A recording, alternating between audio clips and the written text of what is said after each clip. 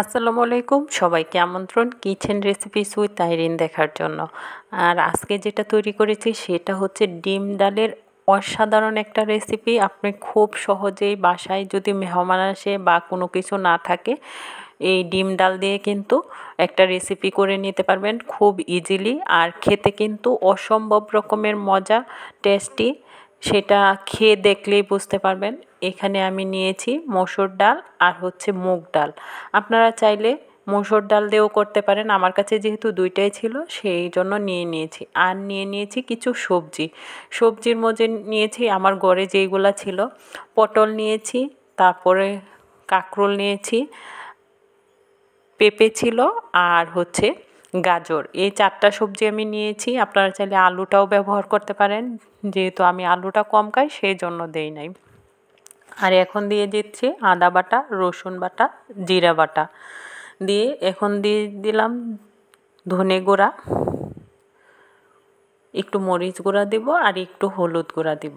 দিয়ে তারপর এখানে উপকরণগুলো সবগুলো খুব সুন্দর করে ভালো করে মাখিয়ে নেব।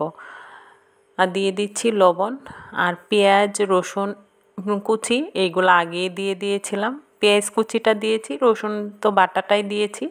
আর দিয়ে দিচ্ছি অল্প একটু 1 চামচ পরিমাণ সর্ষের তেল। এইগুলা দিয়ে ভালো করে ঢাকনা দিয়ে ডেকে রান্না করব। সিদ্ধ হওয়ার জন্য অপেক্ষা করতে হবে। সবগুলা উপকরণ যখন সিদ্ধ হয়ে এই পর্যায়ে চলে আসবে, দেখতেই পাচ্ছেন, এখন আমি এখানে এলাচ, দারচিনি আর তেজপাতাটা অ্যাড করে দিয়েছি। খেতে কিন্তু অসম্ভব টেস্ট হয়, কালারটা কিন্তু চমৎকার এসেছে। আমি তো বলেছি যে সবজি যেইগুলা থাকবো সেইগুলাই দেওয়া যাবে, আর না থাকলে এমনিতেও ডিম ডাল দিয়ে রান্না করা যায়, কোনো ব্যাপারই না। আর যখন আমার সবজি আর ডালটা সিদ্ধ হচ্ছে, পাশে রেখে আমি এখানে 3টা ডিম নিয়েছি। আপনারা চাইলে আরও বেশিও নিতে পারেন। আমার এখানে 3টা ডিমেই হয়ে যাবে। 3টা ডিমে হালকা একটু লবণ দিয়ে বিট করে নিয়েছি, মানে সবটা একসাথে মিশিয়ে নিয়েছি। নিয়ে তারপর এই যে দেখছেন একটা মানে বড় সাইজের একটা কড়াই বসিয়ে দিয়েছি, তাওয়াটা বসিয়ে দিয়েছি যাতে ডিমটা একটু বড় হয় সেই জন্য। আর ডিমটা কিন্তু হালকা হালকা আছে ভেজে নিতে হবে, নয়তো দেখা যাবে নিচে পুড়ে যেতে পারে। আমি পোড়া পোড়া করব না, একটু সাদা সাদা থাকতেই উল্টিয়ে নেব।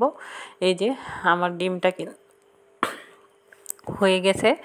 এই পর্যায়ে আমি ডিমটা টুকরো করে নিচ্ছি। এই যে দেখেন, এরকম সাইজ করে টুকরো করে নিতে হবে সবটা ডিম।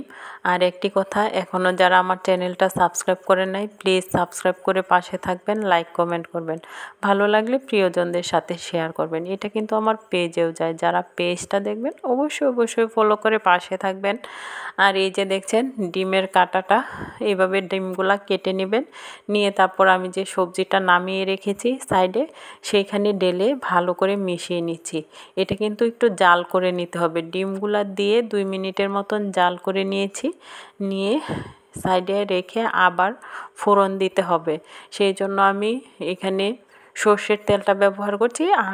আপনারা চাইলে এখানে সয়াবিন তেলটাও ব্যবহার করতে পারেন, কোনো সমস্যা নেই। আমি সর্ষের তেলে পেঁয়াজ কুচি আর রসুন কুচি দিয়ে দিয়েছি, আর একটু জিরা দিয়ে আর 2টা শুকনো মরিচ দিয়েছি। দিয়ে ভালো করে একটু বাদামি করে ভেজে নেব সর্ষের তেলটায়। ভেজে নিয়ে তারপরে কিন্তু ফোড়নটা ডালের মাঝে ঢেলে দেব। ডাল আর যে সবজিটা সেদ্ধ করে রেখেছি সেটার মাঝে ঢেলে দিলাম।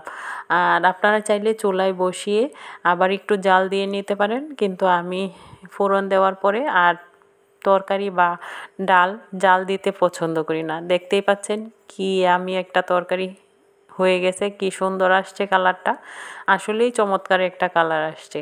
আপনারা এইভাবে ট্রাই করবেন। ভালো থাকবেন। আল্লাহ হাফেজ।